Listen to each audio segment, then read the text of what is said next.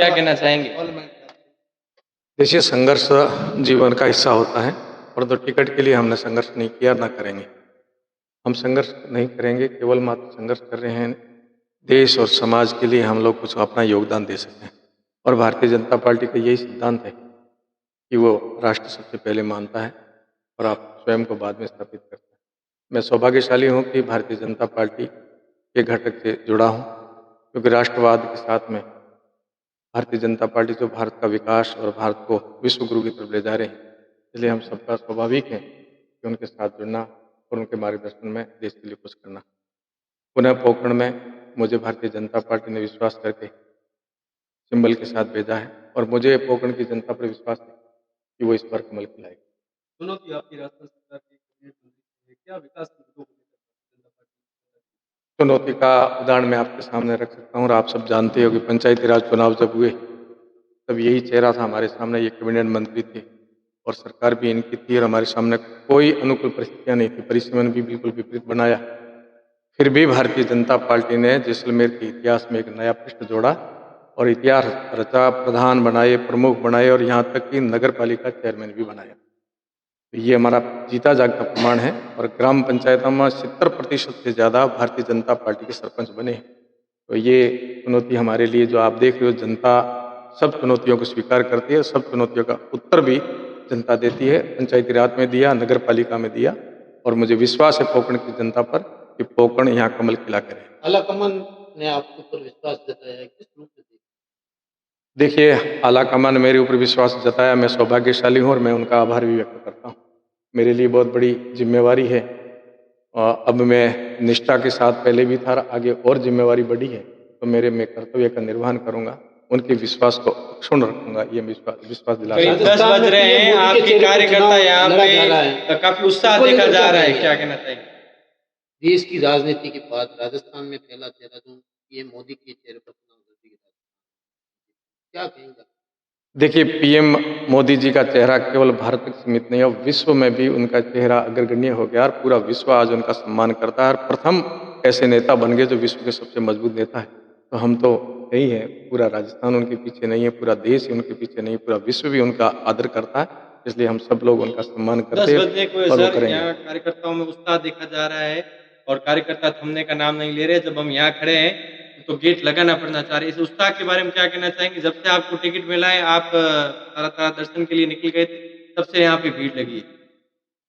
ये जो है प्रतीक्षा की पल थे उनके समाप्त हुए, मैं ऐसा मानता हूँ, क्योंकि पिछला चुनाव जो था वो हमें बहुत कुछ प्रेरणा भी दे गया और बहुत कुछ सीख दे के गया था और प्रतीक्षा ये थी कि वो कब पल आए जिससे हम वापस उसका प्रत्युत्तर दें और हम अपना परिचय दें कि हम लोगों ने जो कहीं कमी रखी थी उसको दूर करें।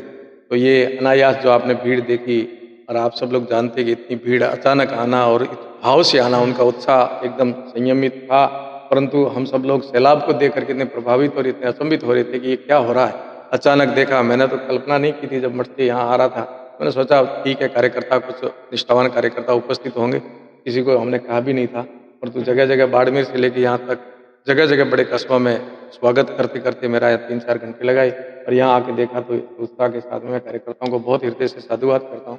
बस आपके अंदर ये उत्साह बना रहे, क्योंकि आपके अंदर राष्ट्रभक्ति है, आप देश के प्रति समर्पित हो, आप चाहते हो कि पोखरण के अंदर परिवर्तन हो और पोखरण मुख्य देश की धारा से जुड़ करके भारतीय जनता पार्टी के साथ जुड़ करके पोखरण उस मार्ग पर चले। मैं ऐसी करबद्ध उनसे बस उनके लिए मंगल कामना करता हूँ कि हम सब लोग सद्बुद्धि दे भगवान हमारे को और हम सन्मार्ग पर चल करके पोखरण को पुनः विश्व के मुख्य धारा में भारतीय जनता पार्टी के साथ जोड़ करके देश के साथ खड़े रहें। पिछले चुनाव में बात की, आपके चुनाव में क्या अंतर लग रहा? पिछले चुनाव में एक तो समय बहुत कम मिला था, ना मैं यहाँ से परिचित था, ना मेरे से अधिकांश लोग परिचित थे और एकदम अचानक ऐसा निर्णय हुआ जिसको मुझे स्वीकार करना पड़ा और मैं मानता हूँ कि ये भी मेरे लिए एक प्रारब्ध था और मेरा सौभाग्य था। परंतु 5 वर्ष तक जो पोखरण की जनता ने मुझे प्रेम और स्नेह दिया और जो पलक पावड़े बिछा करके उसका आज परिणाम आपने देखा किस प्रकार था, तो दिन रात का फर्क हो गया है और वो भी मात्र 9 या 10 दिन के अंदर। मैं तो अकेला आया था, परंतु जीत और हार का अंतर भी 500 वोट मुझे मिल जाते तो मैं जीतता था। इतना अंतर तो एक सरपंच के चुनाव में भी रहता था, एमएलए की क्या बात है। मैं बिल्कुल नया था, राजनीतिक भी जानकारी नहीं थी, क्षेत्र से भी परिचित नहीं था और यहाँ के लोगों से भी परिचित नहीं था, फिर भी यहाँ की जनता ने अपार प्रेम देकर के बहुत मत दिए थे।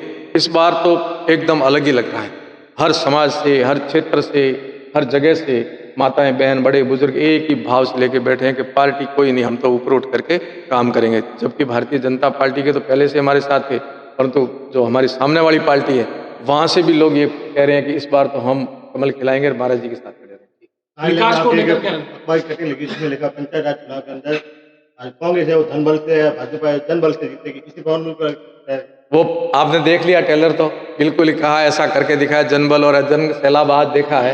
ये पहला कह रहे हैं कि बाजरी उगता ही पान देख लेना चाहिए, पूतरा पालने में दिखे।